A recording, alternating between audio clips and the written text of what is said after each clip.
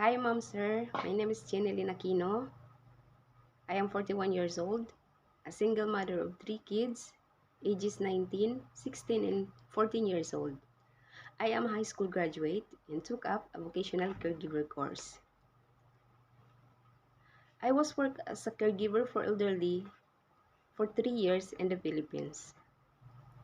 I also have a lot of experience as a house helper, local and abroad. In Qatar, I was served for 12 family members, including husband and wife and their 10 children. The eldest is 23 years old, and that time, my madam is pregnant for her 10th child. My duties are cleaning, washing and ironing the clothes, sending and fetching the kids from school, and I also help to take care of a newborn baby and a 1-year-old kid.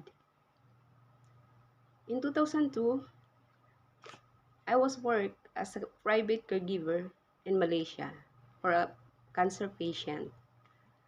Unfortunately, after 7 months of working, he passed away.